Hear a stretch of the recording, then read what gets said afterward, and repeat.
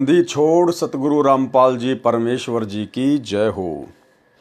परम पिता परमात्मा सारी सृष्टि के रचनहार, कुल मालिक, असंख्य ब्रह्मांडों के स्वामी, जगत गुरु, तीनों लोकों में प्रवेश करके सबका धारण पोषण करने वाले राजाधिराज, आत्माधार, नाथों के नाथ, देवों के देव, महादेव, सर्वेश्वर, महेश्वर, मृत्युंजय, अजरो अमर, आदि अनादि सनातनी प्रभु, जगत पिता जगदीश्वर, श्री श्री 1008 की उपाधि के वास्तविक अधिकारी, अकाल मूरत शब्द स्वरूपी राम वासुदेव, सर्वगतम ब्रह्म, परम पूज्य, प्रथम पूज्य, परम संत, परम पुरुष, परम धनी, परम दयालु, सत्य कबीर, हक्का कबीर, अल्लाहु कबीर, अल्लाहु अकबर, बाखबर, अल्लाह ताला, जगत के तारणहार, जगत के मुक्तिदाता, जगत के जगन्नाथ, हारे के सहारे, हिंदुओं के राम, मुसलमानों के अल्लाह, सिखों के वाहिगुरु, ईसाइयों के मसीह, दया के सागर दयानिधि, करुणा के सागर करुणानिधि, स्वयंभू परिभू, संकट मोचन, कष्ट हरण, मंगल करण, दुख भंजन, अविगत कबीर, निर्विकार निर्विषम परमात्मा, अलय अलेख सतगुरु, आदि अनादि सतगुरु, असली मर्यादा पुरुषोत्तम, असली राम, असली कृष्ण, असली घनश्याम, असली मुरारी, राजाओं के राजा, महाराजाओं के महाराजा, शहंशाहों के शहंशाह, सम्राटों के सम्राट, भगवानों के भगवान, अल्लाहों के अल्लाह, प्रभुओं के प्रभु, मसीहाओं के मसीह, सच्चे वाहेगुरु, बाबाओं के बाबा, पीरों के पीर, सेठों के सेठ, जगत सेठ, सावड़ सा सेठ, सर्वगुण संपन्न, अनंत कोटि कलाओं के स्वामी, अनंत कोटि ब्रह्मांडों के नायक, योगियों में महायोगी, ध्यानियों में महाध्यानी, सिद्धों में परम सिद्ध, ज्ञानियों में तत्व ज्ञानी, ब्रह्म ज्ञानी, महाज्ञानी, परम ज्ञानी, सर्वश्रेष्ठ ज्ञानी, विज्ञानी, युवा कबीर, समरथ कबीर, असंवाद, अमित ओझा, सच्चे रहनुमा, करीम अल्लाह, सुभान अल्लाह, दुनिया के अंतिम पैगंबर, 8 सितंबर 1951 से गांव धनाना, जिला सोनीपत, हरियाणा, भारतवर्ष की पावन भूमि पे प्रकट रियल कल की भगवान श्री नारायण साकार हरि श्री बाबा साहेब, गरीब निवाज, शब्द स्वरूपी राम, संत श्रोमणी सतगुरु रामपाल जी परमेश्वर जी के चरण कमल में साध संगति से जुड़े हुए देश विदेश से हम सभी सत्सेवक भाई बहनों का अनंत कोटि दंडवत प्रणाम। सत्साई भाई और बहनों, दया पूज्य गुरुदेव भगवान की, जिनके शुभ आशीर्वाद से, विशेष आशीर्वाद से आप और हम सभी सत्सेवक भाई बहन साध संगति से जुड़कर भक्ति मार्ग में निरंतर आगे की ओर बढ़ते जा रहे हैं। कलयुग की बिचली पीढ़ी में साध संगतियाँ बड़े ही सौभाग्य से नसीब होती हैं। परमेश्वर कहते हैं, सकल पदार्थ है जग माही, भाग बिना नर पावत नाही। सतगुरु के शरण में आने के बाद भी सतलोक आश्रमों से वर्तमान समय 2024 तक जुड़ी हुई उन लाखों करोड़ों आत्माओं का भाग्य इतना प्रबल नहीं है कि वे वर्तमान में साध संगतियों से जुड़ जाएं। आप और हम चंद आत्माओं के ऊपर परमेश्वर ने छप्पर फाड़ मेहर की है, छप्पर फाड़ रजा की है। आज हम निरंतर अध्यात्म की ऊंचाइयों को छू रहे हैं। आज आप और हमारा विश्वास, दृढ़ विश्वास पूज्य गुरुदेव भगवान के चरणों में दृढ़ता के साथ में टिका हुआ है। भाई और बहनों, ये रजा इसी प्रकार से गुरुदेव भगवान की आप और हम सभी के ऊपर बनी रहे, एकमात्र ये हमारी कामना पूज्य गुरुदेव जी से है। कबीर सागर के सरलार्थ के ऊपर वीडियो बनाने की श्रृंखला जारी है।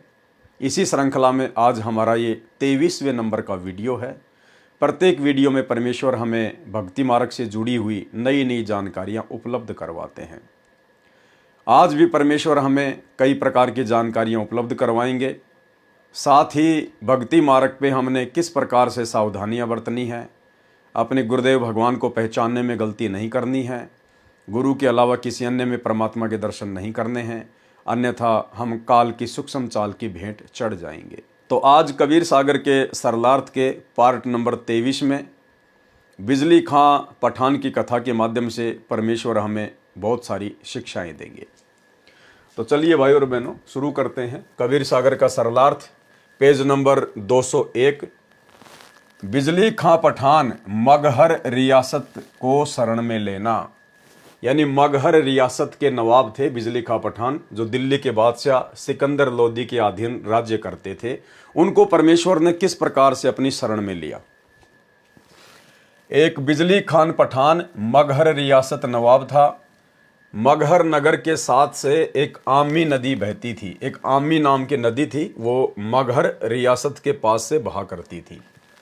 वह भगवान शंकर जी के श्राप से सूख गई थी। भगवान शिव का दूसरा श्राप था कि जो मगहर में प्राण त्यागेगा वह गधे की योनि को प्राप्त करेगा, फिर नरक में जाएगा। जो काशी में मरेगा वह बैकुंठ में जाएगा। एक समय मगहर नगर के आसपास यानी मगहर रियासत में दुर्भिक्ष पड़ा, यानी भयंकर अकाल पड़ा। त्राही त्राही मच गई। सर्व जंतर मंतर पाठ हवन कर करा लिए, परंतु व्यर्थ रहा। मगहर नगर उत्तर प्रदेश में गोरखपुर गीता प्रेस वाला इससे 25 किलोमीटर दूर है। मगहर में हिंदू तथा मुसलमान आधे आधे हैं। किसी ने राजा को बताया कि काशी नगर में एक कबीर नाम के महात्मा बड़े सिद्ध पुरुष हैं, यदि वे आशीर्वाद दे दें तो वर्षा निश्चित रूप से हो जाएगी। बिजली खां पठान को किसी ने बताया कि ऐसे ऐसे काशी में एक कबीर नाम के सिद्ध पुरुष हैं, महापुरुष हैं, अगर वे दया कर दें तो निश्चित तौर पर आपके यहाँ पे बिन बादल बिन मौसम भी बरसात हो जाएगी।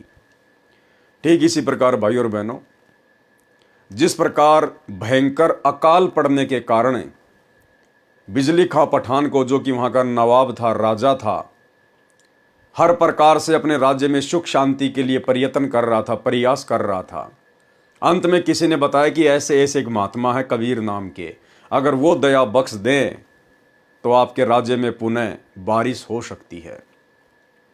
ठीक इसी प्रकार 2028 युग परिवर्तन का समय है, और जिस प्रकार बिजली खां पठान अपने राज्य में शांति स्थापना के लिए दर दर भटक रहा था, उसी प्रकार भारत देश के राजा को, जो भी उस समय राजा होगा, वर्तमान में जिसे प्रधानमंत्री कहा जाता है, राष्ट्रपति कहा जाता है, जो पूरे देश का नेतृत्व करते हैं, 2028 युग परिवर्तन का समय है। इस बात से राजा प्रजा सभी लोग अनजान हैं, और युग परिवर्तन परमेश्वर का अटल सिद्धांत है। और युग परिवर्तन कोई सामान्य परिस्थितियों में नहीं होता, भयंकर विकट परिस्थितियां पैदा होती हैं, भयंकर अकाल पड़ते हैं, भूकंप आते हैं, या तो अतिवृष्टि होगी या बिल्कुल ही बरसात नहीं होगी, ओले गिरेंगे, तरह तरह की महामारियां आएंगी, युद्ध होगा, यानी हर प्रकार से परिस्थितियां धरती पर आम व्यक्ति हो चाहे देश का राजा हो, उन सब से बाहर परिस्थितियां हो जाती हैं, उनके वश की बात नहीं रहती है। उस समय भी देश के राजा को किसी के द्वारा यह जानकारी दी जाएगी कि यदि आप भारत देश में शांति स्थापित करना चाहते हैं, जिस प्रकार आज पूरे विश्व में आग लगी हुई है, और यदि आप भारत देश में शांति स्थापना करना चाहते हैं, अपने देश को बचाना चाहते हैं, आप स्वयं यदि सुरक्षित रहना चाहते हैं, इस तबाही को यदि कम करना चाहते हैं, जन धन की हानि से जो है छुटकारा चाहते हैं, तो आपने ऐसे ऐसे हरियाणा की हिसार जेल में संत रामपाल जी महाराज नाम से एक सिद्ध पुरुष है, एक महापुरुष है, स्वयं परमात्मा ही धरती पर प्रकट हैं, आप उनकी शरण में चले जाइए। वे यदि दया कर दें तो पुनः शांति स्थापना हो सकती है, अन्यथा पृथ्वी पर दूसरा कोई विकल्प नहीं होगा। तो जब अकाल गिरा तब याद आई साधु संत महात्माओं की, राजाओं को। किसी ने राजा को बताया कि काशी नगर में कबीर नाम के महात्मा बड़े सिद्ध पुरुष हैं, यदि वे आशीर्वाद दे दें तो वर्षा निश्चित रूप से हो जाएगी। नवाब बिजली खान पठान ने एक लेटर राजा बीर सिंह के नाम लिखा और अपना सूखा पड़ने का दुख बताया, और लिखा कि सुना है कबीर पीर आपके नगर में रहता है, कृपया उसे भेजें, हम दुखी हो गए हैं। राजा में इतनी अकल नहीं होती है, राजा में इतनी आध्यात्मिक अकल नहीं होती है। बिजली खां पठान ने कहा कि कबीर नाम के कोई महात्मा आपके वहाँ रहते काशी नगर में। काशी नरेश बीर सिंह बघेल को लेटर लिखा, तो बीर सिंह परमात्मा का शिष्य हो चुका था उस समय। बीर सिंह ने कहा कि संत महात्माओं को ऐसे बाई ऑर्डर नहीं बुलाया जाता, अगर वे आप भी गए और अपनी रजा नहीं बख्शेंगे, आशीर्वाद नहीं देंगे, आपके अभिमान और अहंकार को देखकर, फिर क्या फायदा उनका वहां पर आने का। तो बिजली का पठान तुरंत समझ गया, उसकी मजबूरी भी थी, और खुद सैनिकों के साथ में कबीर परमेश्वर जी के पास गया। कृपया उसे भेजें, हम दुखी हो गए हैं। राजा बीर सिंह बघेल परमेश्वर कबीर जी का शिष्य हो चुका था, वह सब मर्यादा जानता था। बीर सिंह ने पत्र पढ़कर बिजली खां पठान को पत्र लिखा कि हे खान जी, साधु संतों को आदेश देकर नहीं बुलाया जाता, यदि आदेश से बुला भी लिया, उन्होंने आशीर्वाद नहीं दिया, फिर उस जाने और बुलाने का क्या औचित्य हुआ। ठीक इसी प्रकार उस समय भारत देश के राजा को, वो चाहे नरेंद्र मोदी हो या चाहे कोई और हो, उस समय भारत देश के उस राजा को भारत देश में शांति स्थापना के लिए हिसार की जेल में जाकर संत रामपाल जी के पैर पकड़कर उनसे मन्नतें करके, नाक रगड़ के, अपनी गलतियों की क्षमा याचना मांग के उनके आशीर्वाद को प्राप्त करना पड़ेगा। दूसरा कोई तरीका पूरे विश्व में नहीं होगा। साधु संतों को आदेश देकर नहीं बुलाया जाता। यदि आदेश से बुला भी लिया, उन्होंने आशीर्वाद नहीं दिया, फिर उस जाने और बुलाने का क्या औचित्य रहा। यह पत्र पढ़कर नवाब स्वयं अपने अंग रक्षकों के साथ गए। कबीर परमेश्वर जी से अपनी दुख भरी कहानी सुनाई। उस समय वीर सिंह बघेल भी साथ था। कबीर परमेश्वर घोड़े पर बैठकर नवाब के साथ चल दिए। गोरखनाथ जी सिद्ध पुरुष हैं, वे संसार छोड़कर जा चुके हैं। सिद्ध पुरुषों के पास कुछ वर्षों तक ये शक्ति रहती है कि वे जब चाहें पृथ्वी पर प्रकट हो जाते हैं, अपने पंथ का विस्तार फिर भी करते रहते हैं। जब गोरखनाथ जी को इस बात का पता चला कि तेरी तप स्थली गोरखपुर के पास कोई संत वर्षा कराने के मकसद से आ रहा है, तो मगहर नगर से 1 मील अर्थात लगभग 1.5 किलोमीटर दूर एक सूखी जोड़ी यानी तालाब के पास वृक्ष के नीचे बैठ गया। कौन? गोरखनाथ। परमेश्वर कबीर जी को गोरखनाथ ने पहले देखा था, बचपन में देखा था, जब कबीर परमेश्वर जो है लीला कर रहे थे 10 साल की आयु की, जिस समय गोरखनाथ काशी में और पंडित रामानंद जी के साथ में ज्ञान गोष्ठी करने गया था। उस समय कबीर परमेश्वर की लीला में आयु केवल 10 वर्ष की थी। उस समय गोरखनाथ ने कबीर परमात्मा को देखा था, उनसे दीक्षा ली थी। उसके बाद फिर वो नहीं मिल पाया, अपनी उन्हीं सिद्धियों में, तपस्याओं में वापस लग गया। जब परमेश्वर 10-12 वर्ष की लीला में आयु में थे, स्वामी रामानंद जी की उपस्थिति में कबीर जी तथा गोरखनाथ जी की गोष्ठी हुई थी। गोरखनाथ ने परमेश्वर कबीर जी से हार मानी थी, परंतु अहंकार शेष था। परमेश्वर कबीर जी को गोरखनाथ जी ने पहचाना नहीं। उस दिन परमेश्वर ने गोरखनाथ जी को देखा और जाना कि गोरखनाथ किस मकसद से बैठे हैं। परमात्मा तो अंतर्यामी है, जानी जान है, वो तो तुरंत जान गए कि गोरखनाथ क्यों बैठा हुआ है। वो तो काशी नगर से चलने से पहले भी जानते थे कि गोरखनाथ आएगा वहां पर अपने अहंकार वश। परमेश्वर कबीर जी तो अंतर्यामी हैं, उनको समझते देर नहीं लगी। परमेश्वर घोड़ा रोककर नीचे उतरे और नवाब से कहा कि हे बिजली खान, आप काशी गए, ये देखो महात्मा जी बैठे हैं, ये तो जो चाहे सो कर सकते हैं, इनसे प्रार्थना करो। नवाब बिजली खान ने सिद्ध पुरुष से वर्षा कराने की प्रार्थना की। गोरखनाथ जी उठे और अपने त्रिशूल को उस छोटे जोड़ी के बीच में जमीन में गाड़ा और निकाल लिया। पानी का फवारा निकला, तलैया भरने के पश्चात रुक गया। कबीर जी ने कहा कि हे बिजली खान, बन गया काम, महात्मा का धन्यवाद करो। बिजली खान ने कहा कि हे महात्मा जी, इस जल से तो एक समय हमारे पशु भी तृप्त नहीं हो सकते, वर्षा कराने की कृपा करें। गोरखनाथ जी क्रोध से बोले कि इस क्षेत्र के व्यक्तियों के भाग्य में 2 साल तक बारिश होने का संयोग नहीं है, पाप कर्म बढ़ा है, बारिश कैसे हो सकती है। यदि किसी में शक्ति है तो वर्षा करा के दिखा दे। उस समय गोरखनाथ जी कबीर जी पर व्यंग कर रहे थे।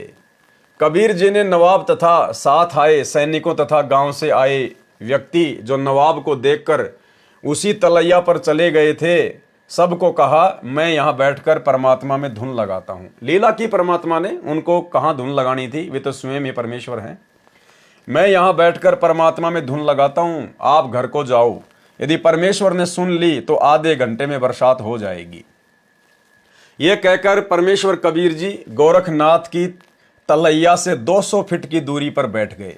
नवाब तथा प्रजा कैसे गांव जा सकती थी, उनके पैर नहीं चल रहे थे। 10 मिनट के अंदर ही जोर की घटा उठी, मूसलाधार वर्षा हुई, सब सरोवर भर गए, खेतों में पानी पानी हो गया। ये लीला देखकर बिजली खान पठान कबीर जी को प्रार्थना करके गांव ले गए। स्वयं नाम लिया, पूरे नगर के हिंदू तथा मुसलमानों ने दीक्षा ली।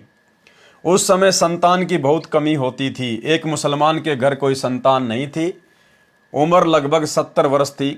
पति पत्नी ने कबीर परमात्मा से रो रो कर पुत्र की मांग की। परमेश्वर जी ने आशीर्वाद दिया कि 10वें महीने पुत्र हो जाएगा। ऐसा ही हुआ।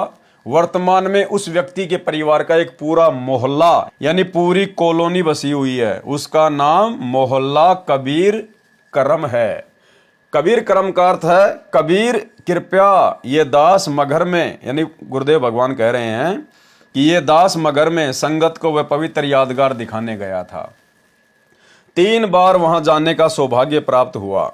वहां के नागरिक कहते हैं कि परमेश्वर कबीर जी की कृपा से नगरी सुख से बस रही है। यहाँ हिंदू मुसलमान लगभग आधे आधे हैं। कभी भी धर्म के नाम पर आपस में झगड़ा नहीं हुआ है। देश के अन्य शहरों में कई बार हिंसा होती है, परंतु हमारे गांव में भाईचारा कायम रहा। क्यों? परमेश्वर के आशीर्वाद से। उस समय के लोग डरने वाले थे, साधु संतों की इज्जत करते थे। और वर्तमान में क्या हो रहा है? वर्तमान में क्या हो रहा है? सतगुरु रामपाल जी की संगत में 2 पार्ट हो गए। एक पार्ट जिसे सतलोक आश्रमों के नाम से जाना जाता है, दूसरा पार्ट जो ज्ञान आधार से भक्ति कर रहा है साध संगति के नाम से जाना जाता है। और आज सतलोक आश्रम नाम से वो पार्ट जो अज्ञान आधार से भक्ति कर रहा है, दिखावे की भक्ति कर रहा है, बाकी सारे कुकर्म कर रहा है, कोई मर्यादा नहीं निभा पा रहा है और जबरदस्ती साध संगत वालों के साथ में लड़ाई झगड़ा करते हैं, मुकदमेबाजी करते हैं, मारपीट करते हैं। सोचिए भाई और बहनों, 650 साल पहले परमात्मा ने आशीर्वाद दिया था और आज तक वहां पर हिंदू मुसलमानों का आपस में झगड़ा नहीं है। लेकिन वर्तमान में सतगुरु रामपाल जी के परिवार वाले, सोचिए इनके कितने बिगड़े हुए संस्कार हैं। अपने ही गुरु भाई बहनों के साथ में लड़ाई झगड़ा करते हैं, मारपीट करते हैं, मुकदमेबाजी करते हैं सत्सेवकों के साथ में। ये शर्म की बात है, डूब के मरने की बात है ये। यहाँ हिंदू मुसलमान लगभग आधे आधे हैं। कभी भी धर्म के नाम पर आपस में झगड़ा नहीं हुआ। देश के अन्य शहरों में कई बार हिंसा होती थी, परंतु हमारे गांव में भाईचारा कायम रहा। और सतगुरु रामपाल जी के परिवार वाले, ये कोऑर्डिनेटर, ये क्यों लड़ाई झगड़ा करते हैं हम सत्सेवकों के साथ में? ये भक्ति को लेकर लड़ाई झगड़ा नहीं करते, क्योंकि इन लोगों को भक्ति की टेंशन नहीं है। भक्ति चाहे कोई इनसे अच्छी करे या इनसे नीची करे, इनको भक्ति से कोई लेना देना नहीं है।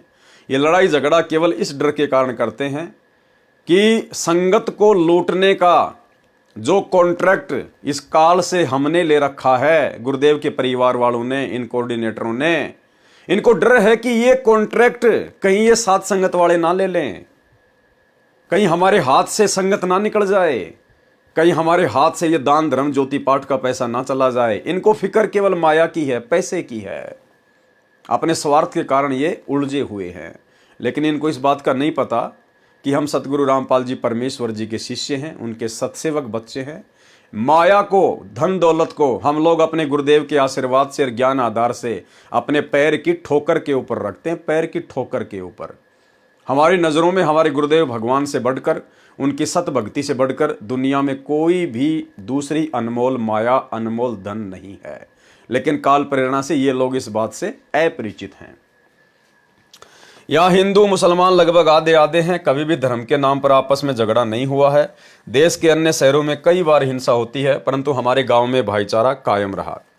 नाम भक्ति की कमाई करना अनिवार्य। अब गुरुदेव भगवान हमें क्या समझा रहे हैं, इस कथा के माध्यम से परमेश्वर हमें क्या शिक्षा देंगे? नाम भक्ति की कमाई करना अनिवार्य। यानी आज हम भाई बहनों ने गुरुदेव भगवान से, कबीर परमेश्वर जी से नाम उपदेश भी ले लिया है, हम उनकी शरण में हैं। और यदि हम लोग सुमरण को, 3 समय की आरती को, सत्संग सुनना, 5 यज्ञ करना, ये टोटल जो होता है ये भक्ति में आता है, परमात्मा की सेवा में आता है। इसी को कहते हैं पूजा करना। पूजा, भक्ति, सेवा, इसमें सब कुछ आ जाता है। 3 समय की आरती आ गई, मंत्र जाप करना हो गया, सत्संग सुनना, मर्यादा निभाना, गुरुदेव को भोग लगाना, यानी भक्ति से संबंधित जो भी क्रिया होती है वो सेवा, पूजा इसी नाम से जानी जाती है।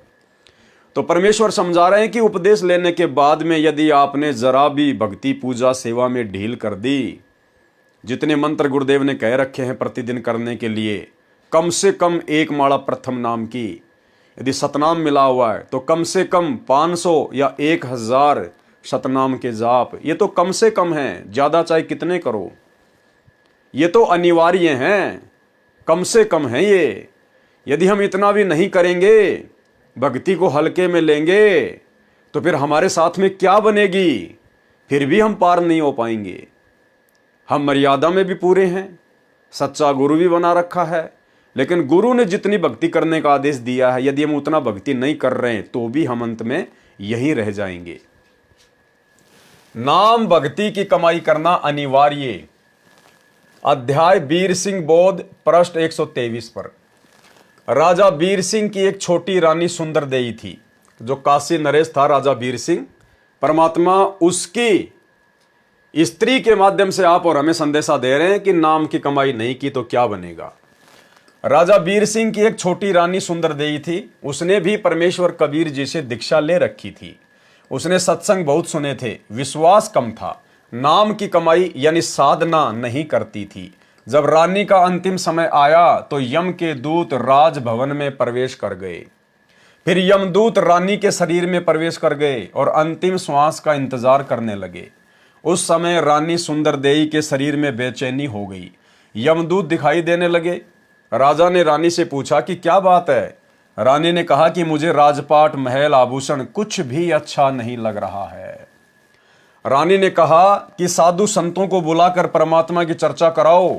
साधु तथा भगत आकर परमात्मा की चर्चा तथा भक्ति करने लगे। उससे कोई लाभ नहीं हुआ। रानी के शरीर में कष्ट और बढ़ गया।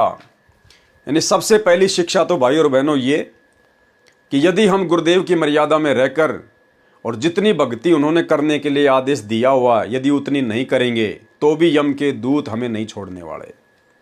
दूसरा, उस समय हमें हमारे भगत भाई बहन किसी प्रकार से कोई सहायता नहीं देंगे। हमारे भगत भाई बहन कोई भी आड़े नहीं आएगा। जिस प्रकार यम के दूत आ चुके थे, उसकी अंतिम श्वास का इंतजार कर रहे थे। रानी के कहने पर भगत भाइयों को बुलाया गया, परमात्मा की चर्चा की गई, महिमा की गई, लेकिन किसी भी भगत की चर्चा और महिमा से रानी को किसी प्रकार का कोई फायदा नहीं हुआ। यानी खुद की कमाई ही खुद के काम आएगी।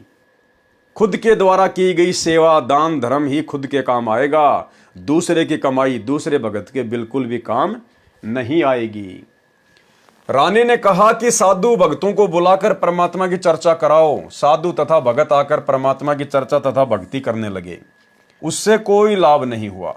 रानी के शरीर में कष्ट और बढ़ गया। अर्ध अर्ध यानी आधा श्वास चलने लगा। श्वास खींच खींच कर आने लगा। हृदय कमल को त्याग कर जीव भयभीत होकर त्रिकुटी की ओर भागा। यानी हमारी जो आत्मा होती है वो हमारे शरीर में जो है हृदय कमल में रहती है। तो यम के दूतों से वो आत्मा भयभीत हो गई, क्योंकि भक्ति उसने की नहीं, मर्यादा में वो रही नहीं, गुरु पे उसका विश्वास रहा नहीं। अंत में वो भयभीत हो गई, वो डर गई यम के दूतों को देखकर। अन्यथा परमात्मा ने तो कह रखा है, अगर आप मर्यादा में हो, भक्ति कर रहे हो, पहली बात तो यम के दूत तुम्हारे पास में आएंगे नहीं। अगर आ भी गए गलती से तो नाम का सुमरण शुरू कर दो, उनके तीर से लगेंगे, वो दूर जाके खड़े हो जाएंगे। तो अंत समय जब आया तो रानी का जो जीव था वो हृदय कमल से और त्रिकुटी की ओर भागा, और तो कोई रास्ता नजर आएगा नहीं।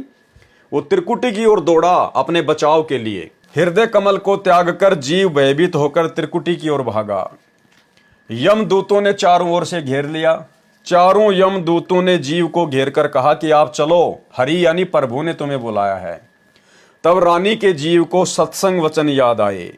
उसने यम दूतों से कहा कि हे बटपार, हे जालिमो, तुम यहां कैसे आ गए? हमारा सतगुरु हमारा मालिक है, आप हमें नहीं ले जा सकते। रानी को तुरंत वो सत्संग याद आ गए। उसी समय परमात्मा भी याद आ गया, उनके वचन भी याद आ गए कि हाँ, गुरुजी जो बात कहा करते थे ना कि यम के दूत आएंगे और वो गला दबा दबा के जीव निकालते हैं, तड़प तड़प कर जीव मरता है। फिर रानी ने हकीकत में देख लिया सूक्ष्म शरीर में कि भाई जो गुरुजी कहा करते थे बिल्कुल वैसा ही हो रहा है। और उस समय गुरुजी ने यह भी कहा था कि अगर ऐसी नौबत आ जाए तो अपने गुरु को याद करना, या आपके गुरुजी ने जो मंत्र दे रखा है वो सुमरण शुरू कर देना और कोई प्रयत्न मत करना। हे माँ, हे पिताजी, अरे बचाओ रे बचाओ रे। अगर ऐसा करना शुरू कर दिया और सुमरण नहीं किया या अपने गुरुदेव को याद नहीं किया, और गुरुदेव को याद करने का तरीका भी यही है, सुमरण, क्योंकि परमात्मा शब्द रूप है। और जब हम शब्द का उच्चारण करेंगे, उस मंत्र का जाप हम करेंगे तो हम सतगुरु को ही याद करते हैं। हम हैं सबद सबद हम माही, हमसे भिन्न और कछु नहीं।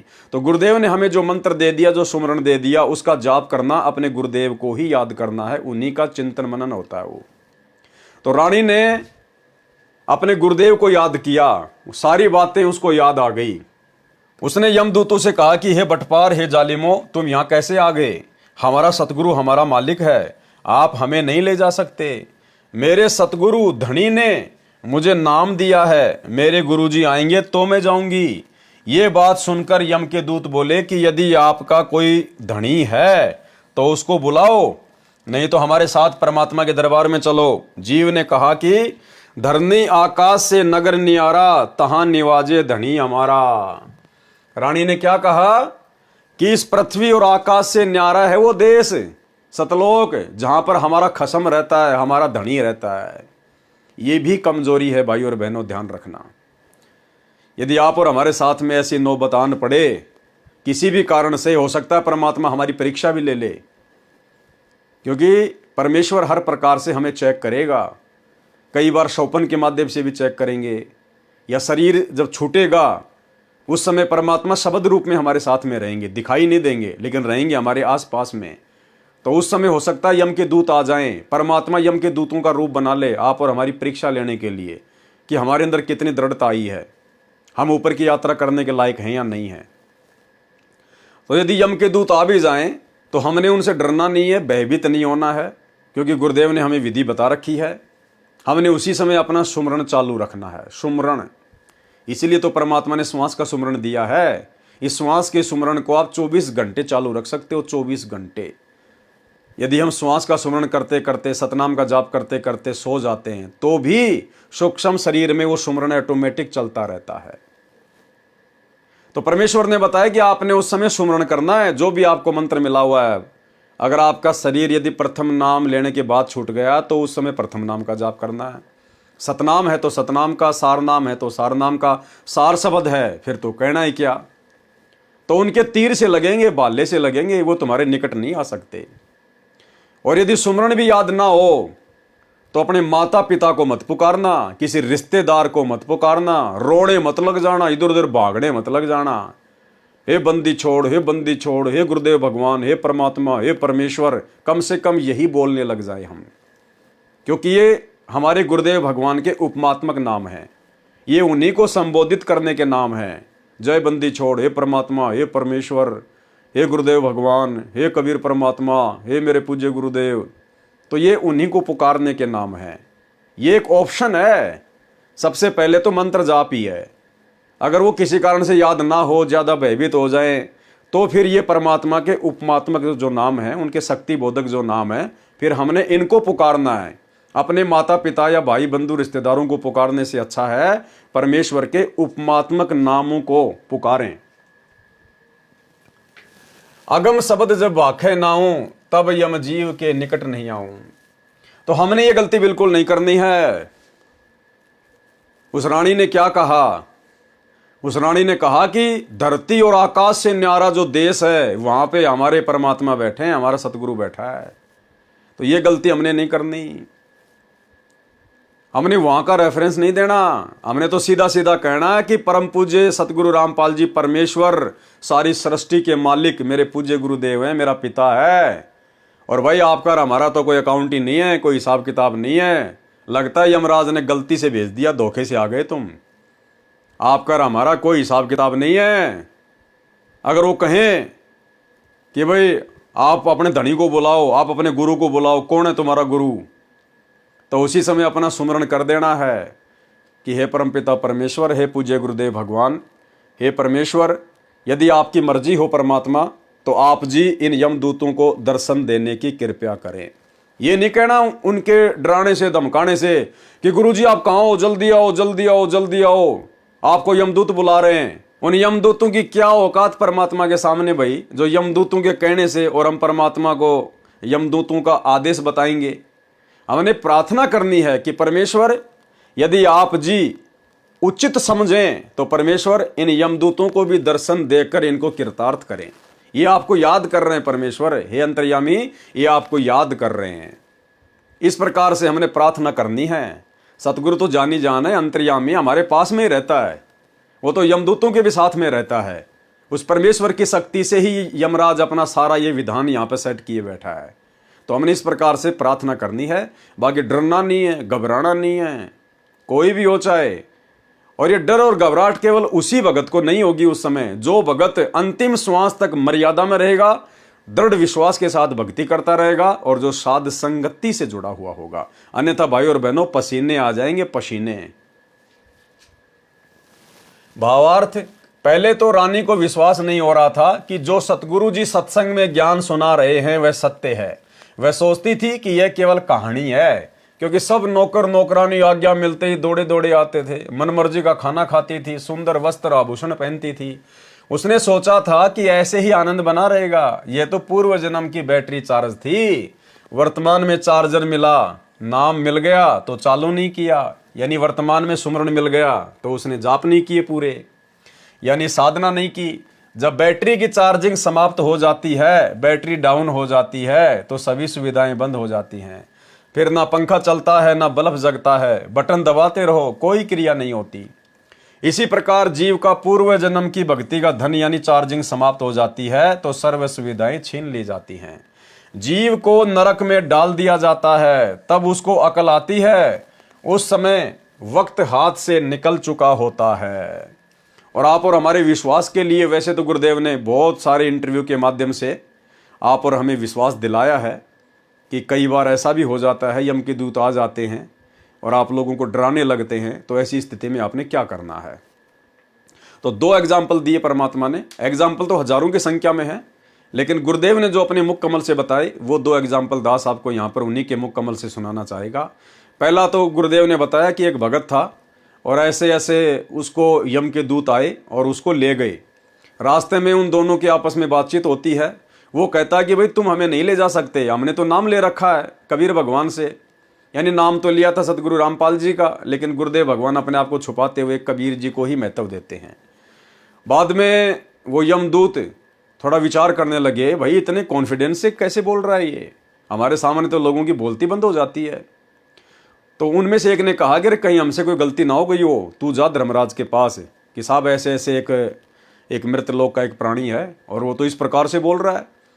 तो वो एक वहाँ गया धर्मराज के दरबार में, और धर्मराज के उन दोनों की आपस में बातचीत हो रही। उस भगत को बिल्कुल स्पष्ट सुनाई दे रही परमात्मा की लीला से, क्योंकि मालिक ने फिर इंटरव्यू उसका दिलवाना था आप और हमारे विश्वास के लिए। तो धर्मराज ने अपना रजिस्टर चेक किया और कहा, अरे किसको उठा लाए तुम? अरे वो नहीं है, वो बीमारी है, उसको नीचे पटको, तुम मेरे को भी मरवाओगे, नीचे छोड़ो उसको जल्दी से। तो गुरुदेव ने कहा कि मेरा बेटा ने उसी समय मेरे को ऊपर से छोड़ दिया, और बाइज्जत तो कहाँ भेजने वाले थे, उसी समय मेरे को ऊपर से छोड़ दिया और मैं तो लोट पलेटा मारता हुआ और उस शरीर में वापस आके घुसा। 10-15 मिनट तक तो मेरे हाथ पैर काम नहीं कर रहे थे, पसीनम पसीना, आँख खुली, उसके बाद में माजरा समझ में आया। तो ये इंटरव्यू स्वयं गुरुदेव ने अपने मुख कमल से बताया है सत्संग में, जो हमारे विश्वास को दृढ़ करेगा। सुनिए। धर्मराय दरबार में दी कबीर तलाक, मेरे भूले चूके हंस को तू पकड़िए मत कजाक। जब धर्मराज के न्यायाधीश के ऑफिस में गरीबदास जी ने आके बताया अपनी वाणी में कि गोपाल दास, जब परमात्मा मुझे वहां धर्मराज के दरबार में लेकर गए और धर्मराज हाथ जोड़कर खड़ा हो गया करबद्ध, और परमात्मा जैसे बड़ा अधिकारी छोटे अधिकारी पर डांट मारा करे, एसपी जैसे ऐसे चोन धमकाया करे, ऐसे जाकर डांट लगा रहा है और वो जी सर कर रहा है।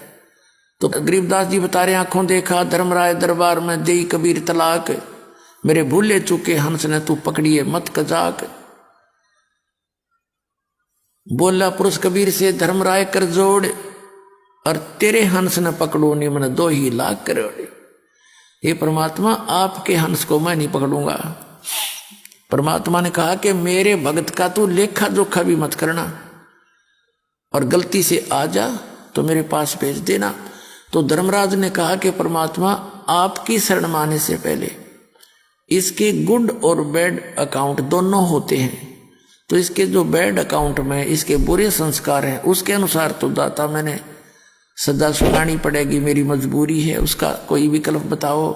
तो परमात्मा ने कहा कि कर्म भ्रम ब्रह्मंड के मैं पल में कर दूं नेस, उनको क्रॉस मार दूंगा, और जिन हमारी दो ही दी सो करो हमारे पेश।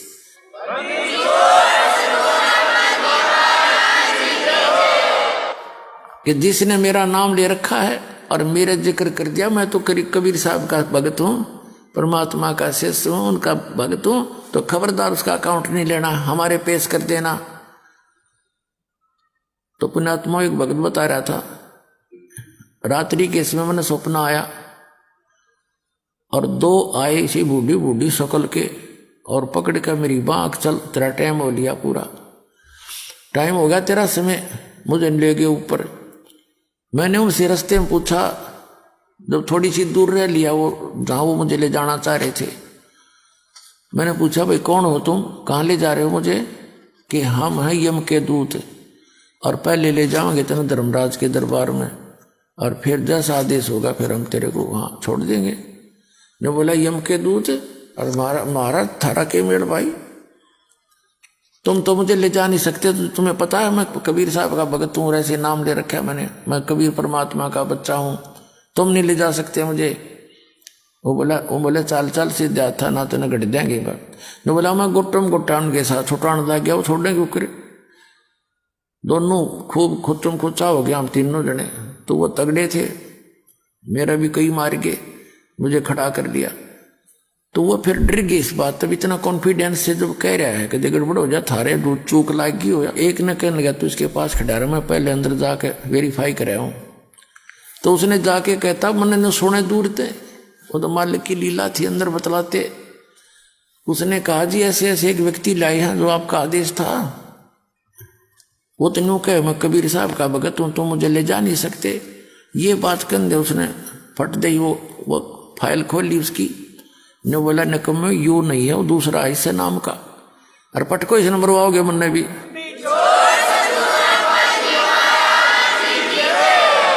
तो वो यूँ कहता सुने तो मुन्ने भी मरवाओगे न, छोड़ का तुरंत बाई इज्जत। तो जब वो वापस आए ने बोला छोड़ दे बीमारी ने, बोला ऊपर तो पटक दिया मेरे बेटा ने ऊपर से, और इज्जत तक छोड़ने थे। बोला ऊपर तो पटक दिया, नो आओ मैं सबकी लेनता, और नीचे आया जब एकदम नो आँख खुली मेरी, उठा तो मेरे हाथ पैर काम नहीं करे, सारा शरीर पसीना पसीना। जब मैं ठीक ठाक जाग जाता तो मेरे नो सोचूं सपना है यो, मेरा 15-10 मिनट के बाद तो मेरे शरीर हरकत में आया था, ऐसी स्थिति है। तो पुण्यात्माओं आपका ऐसे समर्थ से मेल हो गया है, अब सच्चे दिल से भक्ति करना, पूरे परिवार की रक्षा करेगा, और सतलोक जाओगे, शरीर जाओगे, वहां जाकर सुंदर शरीर पाओगे। बोलो सतगुरुदेव की जय हो।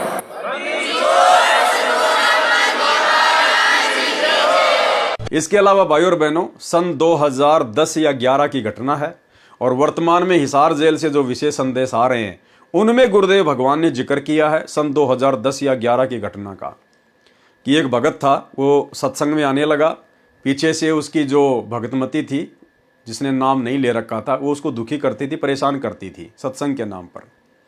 तो जैसे ही वो भगत अपने घर से सत्संग के लिए निकला, पीछे से उसका फ़ोन आ गया कि कहाँ हो, बच्चा बीमार हो गया है, जल्दी आओ। भगत ने कहा कि मैं तो जा रहा हूँ सत्संग में, घर पर पैसे रखे हुए हैं, हॉस्पिटल बराबर में है, बच्चे को दिखा ले। ये कहकर उसने फ़ोन ही बंद कर दिया और सत्संग सुना। दूसरे दिन जैसे उसने फ़ोन खोला, तुरंत उसकी भक्तमती का फ़ोन आया, कहा कि कहाँ हो? बोला सत्संग में हूँ। फिर उसने बहुत सारी बातें बताई कि आज तो चमत्कार हो गया हैं, आपके गुरुजी कैसे हैं, लंबे लंबे हैं, सर में सफ़ेद बाल हैं, सफ़ेद कपड़े पहनते हैं। भगत ने सोचा कि भाई आज ये क्या भाषा बोल रही है, क्यों पूछ रही है। तो गुरुदेव ने बताया कि उस लड़के ने अपनी माँ को बताया कि जिस समय हॉस्पिटल में था मैं, और ऐसे ऐसे यम के दूत आए और मुझे ले जा रहे थे पकड़ के शरीर से निकाल के, और उस समय ऐसे ऐसे एक लंबी लंबी हाइट का, सफ़ेद सफ़ेद बाल वाला, सफ़ेद कुर्ते पजामे पहना हुआ एक बाबा आया, एक आदमी आया, और उसने झटका मारकर यम के दूतों से मेरा हाथ छुड़ाया। अब उसके बाद वो भगत भी रोने लग गया, उसकी भी आंखों में आंसू आ गए। कुछ दिनों बाद में उसके बाल बच्चों ने भी गुरुदेव से उपदेश ले लिया। तो भाई और बहनों, गुरुदेव अपने मुख कमल से ये इंटरव्यू बता रहे हैं, वर्तमान में ही हिसार जेल से जो ऑडियो आ रही है उनमें गुरुदेव कह रहे हैं कि इस दास ने उनको झटका दे के छुड़वाया। वो बच्चा बता रहा अपनी माँ को, आप और हमारे विश्वास के लिए कि कबीर परमात्मा स्वयं सतगुरु रामपाल जी ही हैं, कोई और नहीं है। सुनिए। नुकता ये भी होता है, जैसे एक भक्त ने बताया था कि मैंने नाम लिए 2-4 महीने हुए थे, घरवाली को पता लग चुका था, रो गए, थोड़ी बहुत खवास होनी हो ही जाती थी।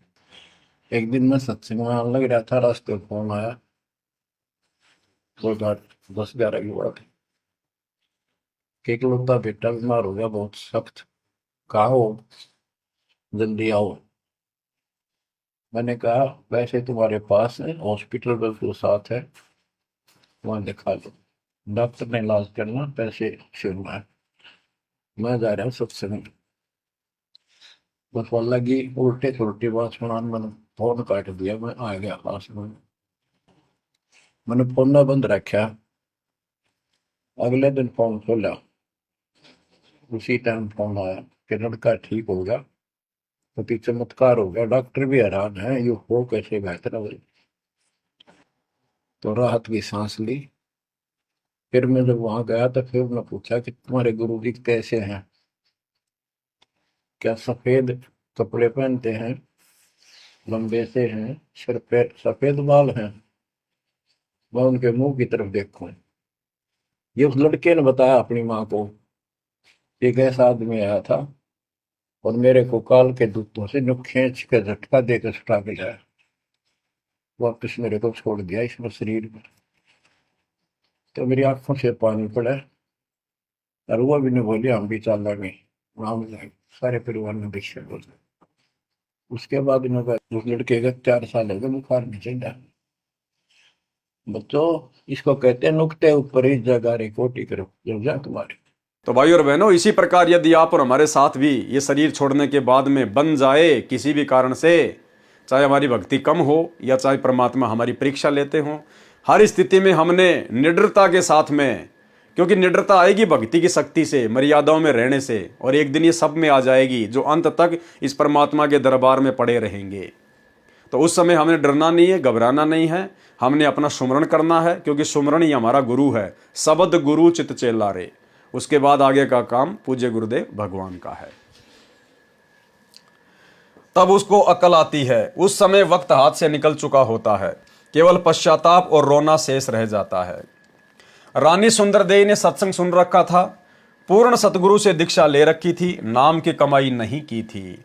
दीक्षा लेने के बाद भी भक्ति पूरी नहीं कर पाई, नाम की कमाई पूरी नहीं कर पाई, पूरा विश्वास अपने गुरुदेव पर, उनके वचनों पर, सत्संगों पर नहीं कर पाई। वह गुरुद्रोही नहीं हुई थी, गुरु निंदा भी नहीं किया करती थी। रानी ने सतगुरु को याद किया कि हे सतगुरु, हे मेरे धनी, मेरे को यमदूतों ने घेर रखा है, मुझ दासी को छुड़ाओ।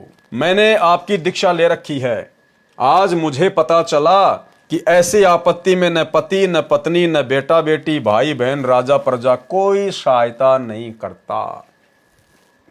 गुरुदेव हमें शिक्षा दे रहे हैं उस रानी के माध्यम से कि उस समय, आज तुम जिन राजनेताओं की चापलूसी कर रहे हो, कभी कांग्रेस को वोट डाल रहे हो, कभी बीजेपी को वोट डाल रहे हो, कभी क्या कर रहे हो, कभी गांव वालों को खुश करने के लिए स्टेडियम बना रहे हो, हॉस्पिटल खोल रहे हो, गांव वालों के लिए एम्बुलेंस चला रहे हो, बसें चला रहे हो, रोडें बना रहे हो, उस समय में राजा प्रजा भी काम नहीं आएगी, केवल सतगुरु काम आएगा, सतगुरु। तो आप और हमें गुरुदेव शिक्षा दे रहे हैं कि अपने गुरुजी के प्रति पूर्णतया समर्पित रहो, इन राजनेताओं की, चंद नेताओं की चापलूसी ना करो, दुनिया को खुश करने का प्रयास मत करो, ये दुनिया अंत समय में काम नहीं आएगी, सतगुरु काम आएगा। सतगुरु को प्रसन्न करने वाली भक्ति क्रिया करो, और सतगुरु इन आडंबरों से, पाखंडों से प्रसन्न नहीं होता, सतगुरु मर्यादित भक्ति से प्रसन्न होता है। आज मुझे पता चला कि ऐसी आपत्ति में न पति न पत्नी न बेटा बेटी न भाई बहन न राजा प्रजा कोई सहायक नहीं होता। रानी के जीव ने हृदय से सतगुरु को पुकारा, तुरंत सतगुरु कबीर जी वहां उपस्थित हुए, तुरंत सतगुरु रामपाल जी परमेश्वर वहां पर उपस्थित हो जाते हैं, क्योंकि ये परमात्मा आत्मा के अंग संग ही रहता है शब्द रूप में। रानी ने दौड़कर सतगुरु देव जी के चरण लिए। उसी समय यमदूत भागकर हरि यानी धर्मराज के पास गए और बताया कि उसका सतगुरु आया, तो वहां पर प्रकाश हो गया। जीव ने सत्य सुकृत नाम जपा था। यमदूतों ने क्या बताया कि उस जीव ने सत्य सुकृत नाम जपा था। लेकिन भाइयों और बहनों, उसने सत्य सुकृत जाप नहीं जपा, क्योंकि वो तो अपने सतगुरु को याद कर रही थी। हे सतगुरु, हे सतगुरु, हे गुरु जी, हे धनी। नाम तो भूल चुकी थी वो, नाम तो वो जपती नहीं थी, नाम तो उसकी जुबान पे था ही नहीं। वो तो यमदूतों को परमात्मा ने सत सुकृत नाम सुनाया, ताकि वो यमदूत जब धर्मराज को जाकर बताएं तो धर्मराज समझ जाए कि हाँ भाई, अगर सत सुकृत नाम जपा था तो उसका गुरु कौन होगा। उसको इतना ही याद था, इस कारण से उसको यमदूतों से छुड़वाया तथा पुनः जीवन बढ़ाया। तब रानी ने दिल से भक्ति की, फिर सतगुरु कबीर जी ने पुनः सतनाम सारनाम दिया, उसकी कमाई की। क्योंकि भाइयों और बहनों, वो सत सुकृत जपेगी कहां से, क्योंकि परमात्मा ने तो बीच बीच के 5 मंत्र दिए थे उस समय 650 साल पहले। ये कंप्लीट नाम तो किसी को दिया ही नहीं। जो सत सुकृत शब्द प्रथम मंत्र के शुरुआती मंत्र में आता है, तो वो नाम तो उस समय किसी को परमेश्वर ने दिया ही नहीं था, केवल बीच बीच के 5 मंत्र दिया करते थे। तो रानी कहां से सत सुकृत जाप करती। वो तो गुरुदेव ने, कबीर परमात्मा ने यमदूतों को सुनाया, जिस कारण से वहां पर प्रकाश ही प्रकाश हो गया और यम के दूत वहां से भाग निकले। उसको इतना ही याद था, इस कारण से उसको यमदूतों से छुड़वाया तथा पुनः जीवन बढ़ाया। तब रानी ने दिल से भक्ति की, फिर सतगुरु कबीर जी ने पुनः सतनाम सारनाम दिया, उसकी कमाई की। संसार असार दिखाई देने लगा, क्योंकि अपनी आंखों से देख लिया था ना कि भैया, अगर नाम की कमाई नहीं की, भक्ति नहीं की, तो फिर से मेरे सामने वैसी परिस्थितियां पैदा होंगी। परमात्मा ने उसको डरा दिया और उस डर के कारण उसने फिर जम के भक्ति की। राज धन परिवार पराया दिखाई दे रहा था।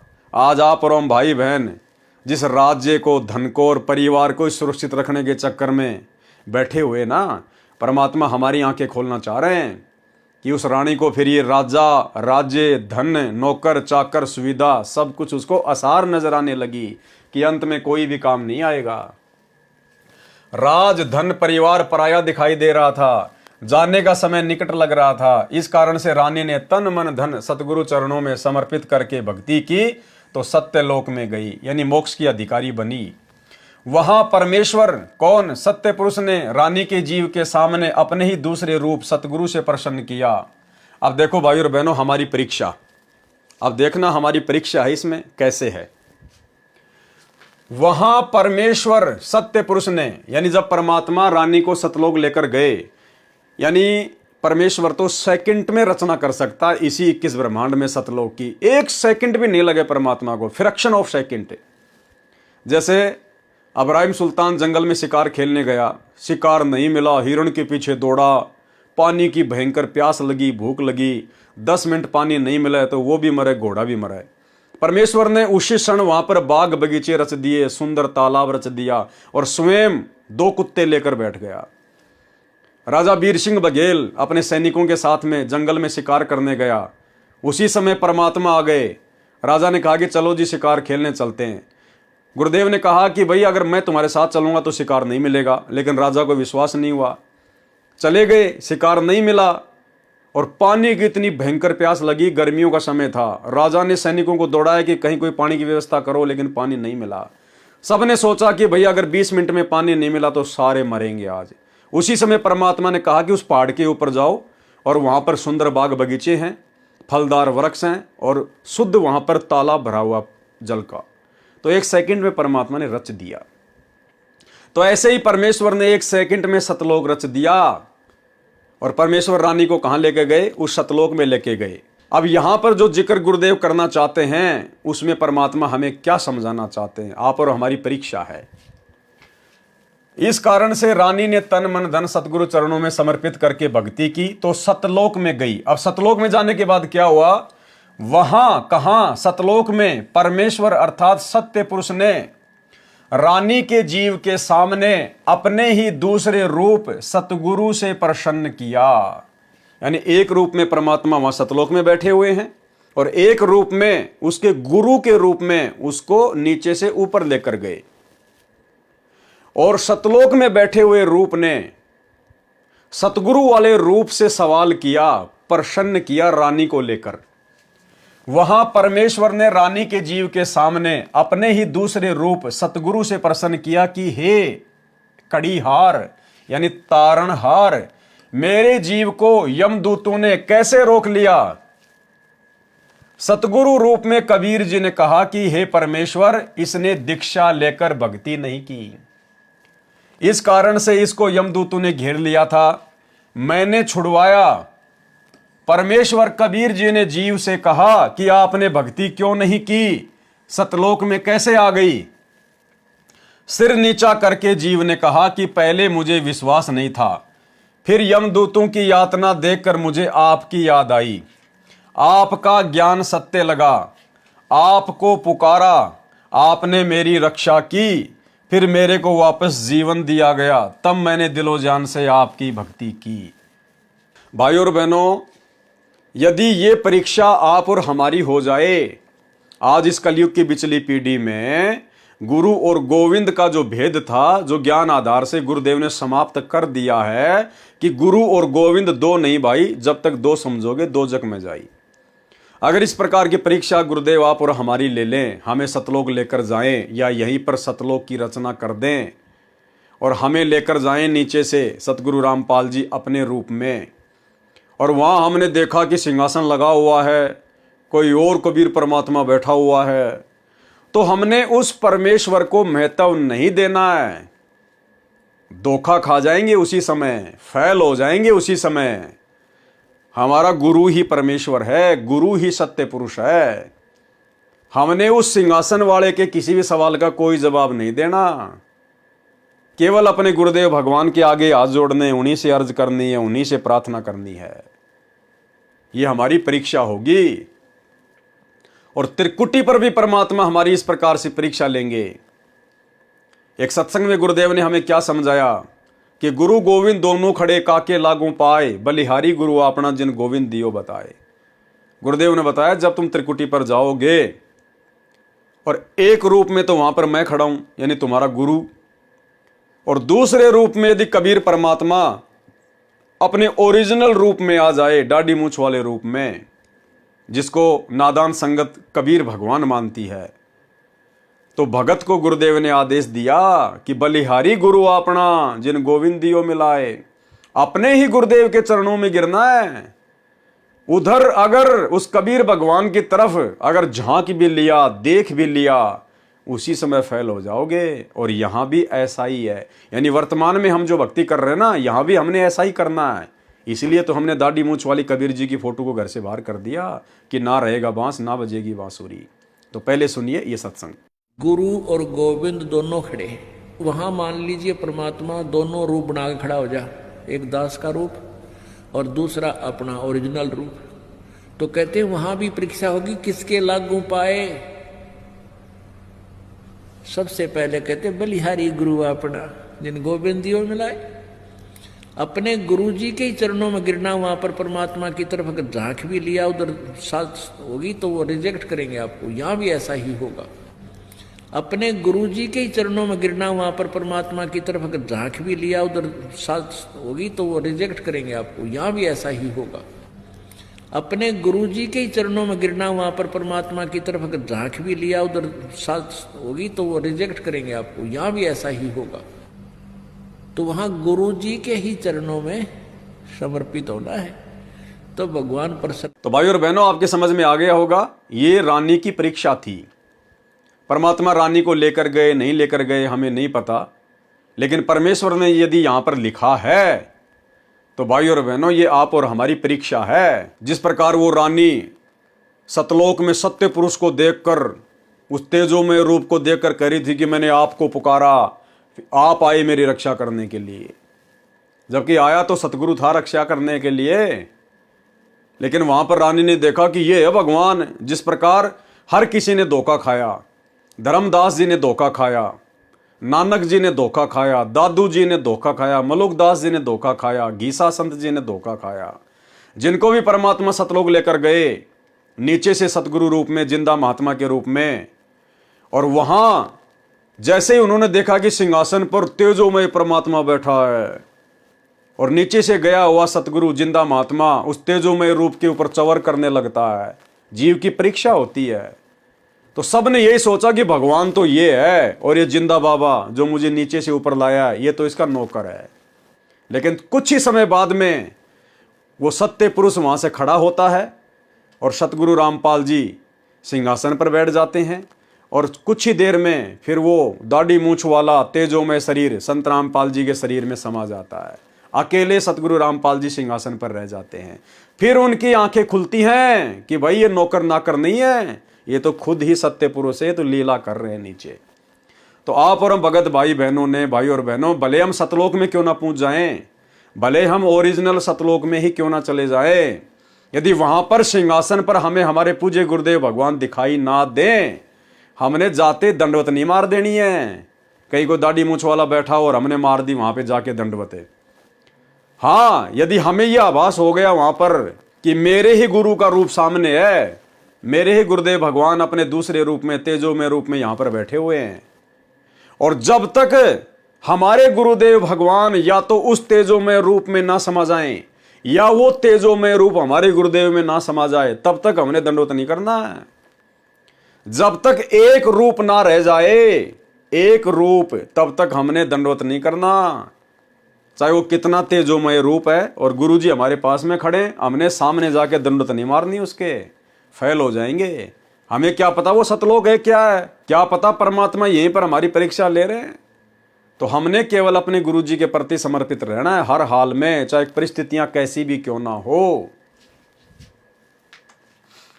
आपको पुकारा, आपने मेरी रक्षा की, फिर मेरे को वापस जीवन दिया, तब मैंने दिलो जान से आपकी भक्ति की। पूर्ण दीक्षा प्राप्त करके आपकी ही कृपा से और गुरुजी के सहयोग से, देखो क्या कह रही है रानी, कि मैंने पूर्ण भक्ति करके आपकी कृपा से और गुरुजी के सहयोग से, आपकी कृपा और गुरुजी का सहयोग, यानी भगवान तो मान रही है सामने वाले को और सतगुरु को केवल अपना गुरु मान रही है, कि आपकी कृपा से और गुरुजी के सहयोग से। तो उसने तो दो मान लिए ना। और मालिक कहते हैं गुरु और गोविंद दो नहीं भाई, जब तक दो समझोगे दोजक में जाई। और वो रानी फिर कई बार दोजक में गई, क्योंकि उस समय तो मोक्ष होना नहीं था। 650 साल पहले तो वर्तमान की पिछली पीढ़ी में मोक्ष होना था। तो मनुष्य जन्म तो प्राप्त किए होंगे 2, 4, 5, 10, हर बार माँ के पेट में आई, नरक तो भोगना पड़ा ना।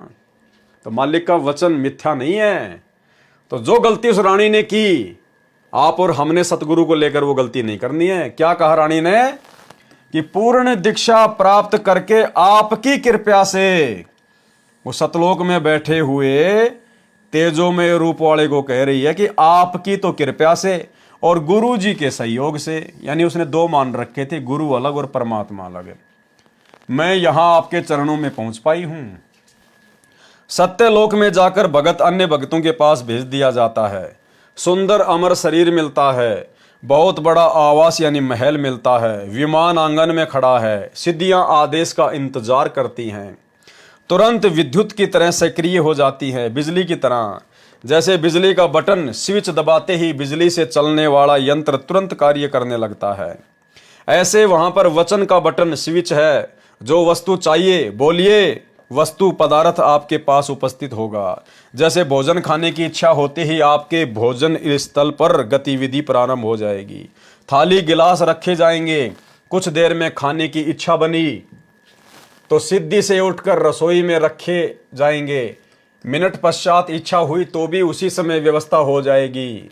घूमने की इच्छा हुई तो विमान में गतिविधि महसूस होगी, विमान के निकट जाते ही द्वार खुल जाएगा, विमान स्टार्ट हो जाएगा।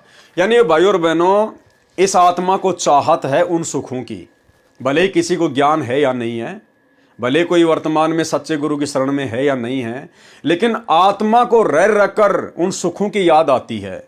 और यहाँ के इंसान जो बड़े बड़े वैज्ञानिक हैं, ये लोग यही प्रयास करते हैं कि कुछ ना करें और सब कुछ ऑटोमेटिक हो जाए। जैसे आजकल हम लोग बड़े बड़े मॉल में जाते हैं और जैसे हम लोग उसके मेन गेट पर जाएंगे तो बड़ा सा शीशे का गेट लगा होता है, और जैसे ही हम उसकी 1 या 2 फुट की दूरी पर होंगे, ऑटोमेटिक वो शीशे के गेट खुल जाएंगे, हम अंदर चले जाएंगे, ऑटोमेटिक वो बंद हो जाएंगे। तो ये आत्मा को याद है आज भी कि सतलोक में ऐसा ही होता था वहां पर कोई भी काम हाथ से नहीं करना पड़ता था, केवल मन में सोचना पड़ता था। उसी समय परमेश्वर की शक्ति से सिद्धियां ऑटोमेटिक सारा काम कर दिया करती थी।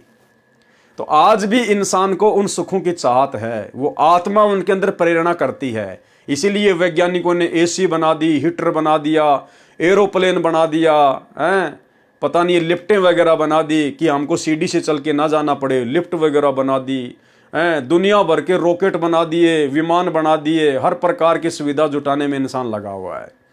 लेकिन इनमें वो आनंद नहीं है। वो आनंद तो सतलोक में ही जाकर मिलेगा। मिनट पश्चात इच्छा हुई तो भी उसी समय व्यवस्था हो जाएगी। घूमने की इच्छा हुई तो विमान में गतिविधि महसूस होगी।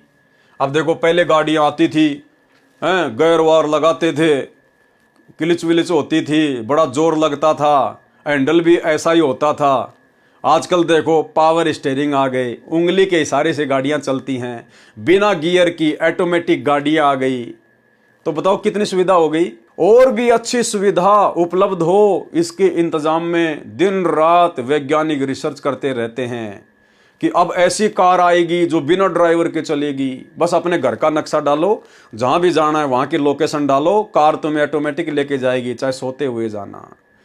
तो भाई वो असली आनंद तो सतलोक में आएगा। यहां वाली तो न जाने कहां पर भिड़ा के मार देंगी, कोई भरोसा नहीं है।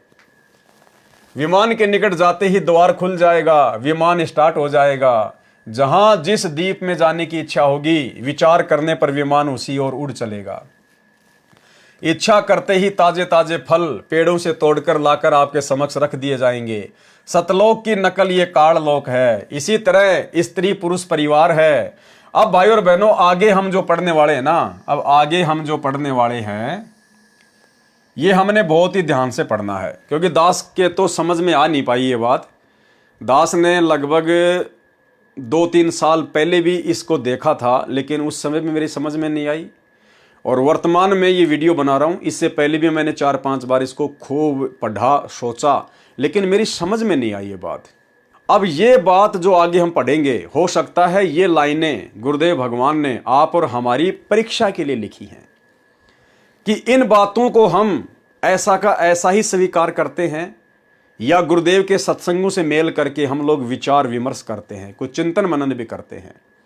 तो हो सकता है गुरुदेव ने आप और हमारी परीक्षा के लिए ये कुछ लाइनें कबीर सागर के सरलार्थ में लिखी हैं, क्योंकि इन लाइनों में लिखा है कि सतलोक में 90% संतान उत्पत्ति मैथुन क्रिया से होती है, और 10% बच्चे केवल शब्द से पैदा किए जाते हैं, और 90% मैथुन क्रिया से, जैसे हम यहाँ पर शारीरिक भोग विलास करके बच्चे पैदा करते हैं। तो ये बात आप और हमारे तो गले बिल्कुल भी नहीं उतर सकती, क्योंकि सतलोक में तो भोग विलास है ही नहीं, वहां तो मैथुन क्रिया का कोई लेना देना ही नहीं है। और गुरुदेव ने कहा कि वहां तो 90% संतान उत्पत्ति मैथुन क्रिया से होती है, और 10% केवल शब्द से संतान उत्पत्ति होती है। तो यहां पर हो सकता है गुरुदेव हमारी परीक्षा ले रहे हैं। इसी तरह स्त्री पुरुष परिवार हैं। सत्यलोक में 2 तरह से संतानों की उत्पत्ति होती है। कहां की बात कर रहे हैं गुरुदेव? सतलोक की बात कर रहे हैं। सतलोक में 2 तरह से संतानों की उत्पत्ति होती है, शब्द से तथा मैथुन से। यह हमारी परीक्षा है भाई और बहनों, कि हम इन बातों को ज्यों का त्यों स्वीकार कर लेते हैं, या इस प्रकार के शब्द आते ही गुरुदेव के ज्ञान आधार से हमारी खोपड़ी में कोई हलचल पैदा होती है। अब सतलोक में और मैथुन का क्या काम? अगर सतलोक में 2 प्रकार से संतान उत्पत्ति होती है, शब्द से भी और भोग विलास करके मैथुन क्रिया से भी, तो फिर भाई परमात्मा ने दुर्गा और काल को 21 ब्रह्मांडों के साथ में 16 संकोश की दूरी पर भेजने की जरूरत क्या थी?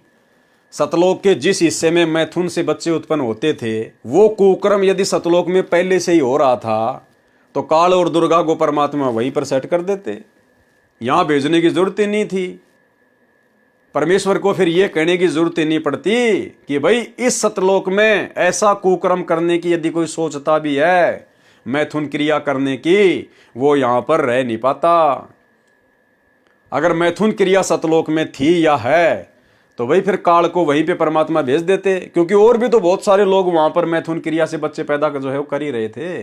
तो ये आप और हमारी सीधी सीधी परीक्षा है कि इस पॉइंट को पढ़कर हम क्या रिएक्शन देते हैं।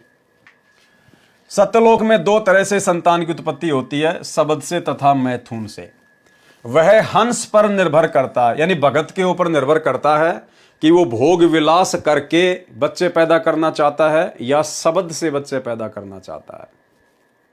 अब भाई और बहनों, सतलोक में परमेश्वर ने बताया कि सतलोक में तो नूरी शरीर है, वहां तो हार्ड मास का शरीर है ही नहीं, ये 5 तत्व का शरीर है ही नहीं। आप चाहे कितना ही वहां पर अमृत भोजन करो, वहां पर लैट्रिन नहीं आती। कितना ही आप जी वहां पे दूध दही पियो, पानी पियो, आपको पेशाब नहीं आती, क्योंकि हमारे शरीर में 5 तत्व से बना हार्ड मांस लार ये नहीं है। तो भला फिर जब मैथुन से बच्चे उत्पन्न किए जाते हैं सतलोक में, तो मैथुन क्रिया से तो फिर वीर्यपात भी होगा, शुक्राणु से बच्चे पैदा होंगे।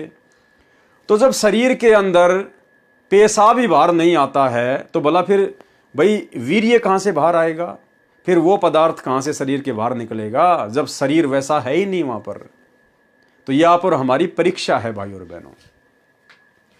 सतलोक में 2 तरह से संतान की उत्पत्ति होती है, शब्द से तथा मैथुन से। वह हंस पर निर्भर करता है। वचन से संतान उत्पत्ति वाला क्षेत्र सतगुरु के सिंहासन के चारों ओर है। नर नारी से परिवार वाला क्षेत्र उसके बाद में है। वचन से संतान उत्पन्न करने वाले केवल नर ही उत्पन्न करते हैं। सत्यलोक में वृद्ध अवस्था नहीं है। नर नारी वाले क्षेत्र में लड़के तथा लड़कियां दोनों उत्पन्न करते हैं, विवाह करते हैं केवल वचन से। जो बच्चे उत्पन्न होते हैं वे काल लोक से मुक्त होकर गए जीव जन्म लेते हैं, फिर कभी नहीं मरते, न बूढ़े होते हैं। जो सतलोक में मुक्त होकर जाते हैं उनको सर्वप्रथम सत्य पुरुष जी के दर्शन कराए जाते हैं। यानी जो आत्मा इस पृथ्वी लोक से मुक्त होकर जाती है, सबसे पहले उनको परमेश्वर के दर्शन करवाए जाते हैं। ठीक है जी। उस समय उसका वही स्वरूप रहता है जैसा पृथ्वी से आता है। यानी पृथ्वी से यदि कोई बूढ़ा गया तो उसका वही वहां पर स्वरूप रहेगा। यदि कोई जवान गया है तो जवान जैसा ही उसका रूप रहेगा। अब आगे एक बात और है, वो मेरे बिल्कुल समझ में नहीं आ रही। चलो, ऊपर वाली तो गुरुदेव के ज्ञान आधार से हम लोगों ने निष्कर्ष निकाल लिया कि भाई सतलोक में मैथुन क्रिया नहीं है। हो सकता है परमात्मा ने हमारी जो है वो परीक्षा के लिए यहां पर ऐसा लिखा है। लेकिन अब जो नीचे हम पढ़ेंगे वो तो भाई और बहनों मेरे बिल्कुल भी समझ से बाहर की बात है। आप में से अगर किसी के समझ में आ जाए तो भाई और बहनों आप जी बता देना। अन्यथा अगर गुरुदेव की परीक्षा होती, अगर ये शब्द यहां पर गुरुदेव की अगर परीक्षा होती तो जरूर परमात्मा हमें इतनी बुद्धि देते कि हम उसको समझ पाते। लेकिन यहां पर भाई और बहनों मुझे या तो ये मिलावट लगती है या फिर इस कबीर सागर को प्रिंट करवाते समय ये गड़बड़ हुई है। नहीं, गुरुदेव ने अगर कोई बात लिखी है तो हमारे समझ में जरूर आनी चाहिए। परंतु वरद नीचे से गया, परंतु यदि कोई बूढ़ा व्यक्ति नीचे से गया कहां, सतलोक, तो वहां सत्य पुरुष के सामने उसी अवस्था व स्वरूप में जाता है। क्या कहा जा रहा है? यदि नीचे से कोई बूढ़ा आदमी मोक्ष प्राप्त करके गया सतलोक में तो सत्य पुरुष के सामने उसी अवस्था व स्वरूप में जाता है। यानी बूढ़ा आदमी बूढ़े आदमी वाली ही रूप में स्वरूप में वहां पर जाएगा सत्य पुरुष के सामने। क्लियर हो गया? उसका प्रकाश 16 सूर्यों के प्रकाश जितना हो जाता है। ठीक है। उसके पश्चात उसको उस स्थान पर भेजा जाता है जो सबसे भिन्न है। वहां जाते ही उसका स्वरूप तो वैसा ही रहता है, लेकिन उसके शरीर का प्रकाश 16 सूर्यों जैसा हो जाता है। तो वो तो पहले भी हो ही गया था। अब यहां आगे क्या कहा जा रहा है? परंतु यदि वरद नीचे से गया है तो युवा अवस्था हो जाती है। अब ये दोगली सी बातें हो गई भाई और बहनों, समझ से बाहर की बात है। ऊपर तो क्या कहा जा रहा है, यदि कोई बूढ़ा आदमी नीचे से सतलोक जाएगा तो वो बूढ़ा ही रहता है। परंतु वरद नीचे से गया तो वहां सत्यपुरुष के सामने उसी अवस्था वह स्वरूप में जाता है। कौन सी में? बूढ़े वाली में। और यहां क्या कहा जा रहा है? यदि वरद यानी बूढ़ा नीचे से गया है तो युवा अवस्था हो जाती है। अब ये दास की समझ से बाहर की बात है भाई और बहनों। एक लाइन ऊपर तो कहा जा रहा है कि सतलोक में नीचे से यदि कोई बूढ़ा आदमी जाएगा तो वो बूढ़े जैसा रहेगा। और दूसरी लाइन में कहा जा रहा है कि नीचे से यदि कोई बूढ़ा गया तो वो युवा हो जाता है। अब ये मिलावट है या क्या चक्कर है, दास की तो बुद्धि से बाहर की बात है। अब इसके ऊपर भला हम क्या विश्लेषण करें? जब समझ से बाहर की बात है तो भला क्या विश्लेषण करें? कुछ एक बातें परमेश्वर ने सत्संगों में ये भी कह रखी है कि यदि आपको कोई बात समझ में नहीं आती है तो उसको छोड़ देना, फिर कभी न कभी किसी न किसी सत्संग के माध्यम से कैसे न कैसे वो बात परमात्मा समझा देगा। तो या तो ये बहुत ही गहरी और गूढ़ ज्ञान वाली कोई बात है जो आप और हमारी बुद्धि से बाहर की बात है, और यदि हमसे कोई गलती हुई हो तो परमेश्वर हमें क्षमा करें, हम क्षमा प्रार्थी हैं। और बाकी आप और हमारे समझ से बाहर की बात है, ये मिलावट है या परमात्मा के कोई गूढ़ ज्ञान की बात है, ये हम परमेश्वर के ऊपर ही छोड़ देते हैं। हम ज़्यादा दिमाग इसमें नहीं लगाएंगे और हमारे कोई मतलब की भी नहीं है। अब वहाँ जाने के बाद हम बूढ़े रहेंगे, बच्चे रहेंगे, जवान रहेंगे, हमारी तो चलेगी नहीं। जैसे यहाँ हमारी नहीं चल रही तो सतलोक में हमारी कहाँ चलेगी? वहाँ पर तो सत्य पुरुष की चलेगी। यहाँ पर जैसे काल की चलती है वहाँ पर परमात्मा की चलेगी। वो परमात्मा चाहे बूढ़ा रखे चाहे जवान रखे, हम कौन होते फिर उसे जवान लड़ाने वाले? तो इसको हम छोड़ देते हैं। जब कभी पूज्य गुरुदेव भगवान हिसार जेल से लीला पूरी करके आएंगे और यदि हमें सौभाग्य मिलेगा उनके दर्शन करने का, उस समय परमेश्वर के सामने रखेंगे, परमात्मा शंका का समाधान करेंगे।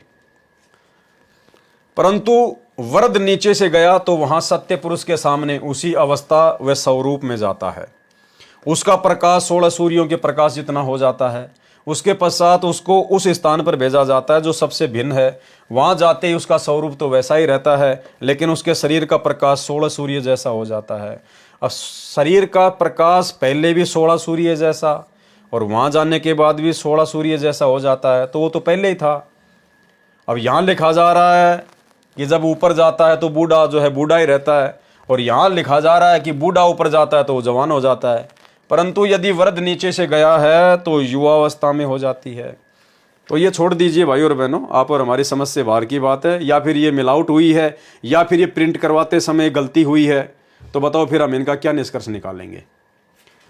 जवान है तो जवान ही रहता है, बालक है तो बालक ही रहता है। वहां पर कुछ को सत्य पुरुष के वचन से स्त्री पुरुष का शरीर मिलता है, कुछ बीज रूप में परमेश्वर द्वारा बनाए जाते हैं, जिनका फिर एक बार किसी के घर सतलोक में जन्म होगा, परिवार बनेगा। उस स्थान पर वे हंस एक बार जन्म लेंगे जो काल लोक तथा अक्षर लोक से मुक्त होकर जाते हैं, एकांत स्थान पर रखे जाते हैं। वे दोनों क्षेत्रों में जन्म लेते हैं। वचन से उत्पन्न होने वाले तथा स्त्री पुरुष से जन्म लेने वाले में स्त्री पुरुष से उत्पत्ति की औसत अधिक होती है। ये औसत 10/90 होती है, यानी 10% तो शब्द से बच्चे उत्पन्न होते हैं सतलोक में, और 90% होते हैं विवाह रीति से उत्पन्न होते हैं, यानी मैथुन क्रिया से उत्पन्न होते हैं। तो ये तो भाई और बहनों बिल्कुल भी स्वीकार्य बात नहीं है, क्योंकि हमारे गुरुदेव भगवान ने, सतगुरु रामपाल जी परमेश्वर ने अपने 30 वर्षों के आध्यात्मिक कैरियर में उन्होंने हजारों की संख्या में सत्संग किए हैं, बार बार सृष्टि रचना सुनाई है। परमात्मा ने कभी भी इस बात का जिक्र नहीं किया कि सतलोक में मैथुन क्रिया से बच्चे उत्पन्न होते हैं। अगर ऐसा होता तो काल को यहाँ भेजने की जरूरत कहाँ थी? परमात्मा उसी क्षेत्र में भेज देता दुर्गा और काल को कि भाई जब लाखों करोड़ों आत्माएं पहले से वहाँ पर मैथुन क्रिया कर रही हैं तो तुम भी वहीं जाके मर लो। यहाँ भेजने की परमात्मा ने आवश्यकता ही नहीं थी। और एक सत्संग में गुरुदेव ने बिल्कुल साफ कह रखा है कि सतलोक में केवल वचन से उत्पत्ति होती है, वहाँ मैथुन क्रिया से बच्चे उत्पन्न नहीं होते। सुनिए। तो सतलोक में आके सतपुरुष ने एक कमल के फूल पर, कमल का फूल बिना पानी के वैसे अपनी शक्ति से ऐसे बनाया, उसके ऊपर सफेद कमल के फूल पर स्वयं सतपुरुष आकार में आ गया। उनकी इतनी चमक है कि एक रूम में इतनी चमक निकलती है जैसे करोड़ों सूर्य और करोड़ों चांद मिला दे, और दोनों की रोशनी मिलकर जो चमक देवा पर गर्मी ना हो, इतनी झलक उस बंदी छोड़ भगवान सतपुरुष के एक रूम में तो निकल रही है। इतना उनका तेजोमय शरीर है। तो सतपुरुष ने अपने कहते हैं 17 शब्द उच्चारण किए, वह सतलोक की सृष्टि रची। एक तो जैसे पूरा 10 किले हो और फिर उसमें कंस्ट्रक्शन करनी न्यारी होती है, वो रचना की। एक शब्द से उन्होंने वहां के उस सतलोक के सब दीप रच दिए। एक द्वीप की इतना क्षेत्र है कि ये सारे ब्रह्मांड और उस एक द्वीप के कोण में रखे जा सकते हैं। इतना बड़ा विस्तार एक द्वीप का है। तो सबसे पहले बंदी छोड़ ने एक शब्द से वहां के सभी द्वीप रच दिए और फिर 16 शब्द उच्चारण किए। शब्द से सृष्टि होती है सतलोक में, ये मैथुन सृष्टि नहीं है। और फिर 16 शब्द उच्चारण किए। शब्द से सृष्टि होती है सतलोक में, ये मैथुन सृष्टि नहीं है। और फिर 16 शब्द उच्चारण किए। शब्द से सृष्टि होती है सतलोक में, ये मैथुन सृष्टि नहीं है। पहले शब्द से दीप लोक आदि रच दिए। दूसरे शब्द से फिर 16 शब्दों से 16 पुत्र वहां जिन्होंने वहां पर कंट्रोल करना है उस सारी सृष्टि के सतलोक की को, वो बनाए। तो भाई और बहनों, ये बात तो यहाँ पर आप और हमारी परीक्षा के मकसद से ही पूज्य गुरुदेव के द्वारा लिखी गई है और पूज्य गुरुदेव जी के सत्संग से ही हमने इसको क्लियर भी कर लिया है। सत्यलोक में स्त्री तथा नर के शरीर का प्रकाश 16 सूर्यों के प्रकाश के समान होता है। मिनी सतलोक मानसरोवर पहले है, वहां दोनों के शरीर का प्रकाश 4 सूर्यों के समान होता है। फिर आगे जाते हैं, जब परब्रह्म के लोक में बने अष्टकमल के पास पहुंचते हैं तो हंस तथा हंसनी यानी नर नारी के शरीर का प्रकाश 12 सूर्यों के प्रकाश के समान हो जाता है। फिर सतलोक में बनी भंवर गुफा में प्रत्येक के शरीर का प्रकाश 16 सूर्यों के समान हो जाता है। प्रमाण कबीर सागर अध्याय मोहम्मद बोध पृष्ठ 20, 21 तथा 22 पर 10 मुकामी रेखता। 10 मुकामी रेखता यानी भाई और बहनों, जो कथाएं हमने पढ़ी हैं पूज्य गुरुदेव के कर कमल से लिखित, जैसे वीर सिंह बघेल की थोड़ी सी कहानी, बिजली का पठान की कहानी, उसकी रानी सुंदर देई की कहानी, तो वही सारी बातें फिर परमात्मा आगे दोहे और चौपाइयों में लिख रहे हैं। तो सारी कथा तो हम भाई बहनों ने जो है वो पढ़ी ली है। तो पूज्य गुरुदेव भगवान के आशीर्वाद से आज के वीडियो में हम केवल इतना ही लेंगे। कल रात्रि 8 बजे परमेश्वर के आशीर्वाद से फिर आगे हम बढ़ेंगे। परमेश्वर और नई नई जानकारियाँ कबीर सागर के सरलार्थ के माध्यम से आप और हमें उपलब्ध करवाएंगे। तो आज की वीडियो में केवल इतना ही। गुरुदेव भगवान हम सबको आज्ञा दें, इजाज़त दें, आशीर्वाद दें। बंदी छोड़ सतगुरु रामपाल जी भगवान की जय हो।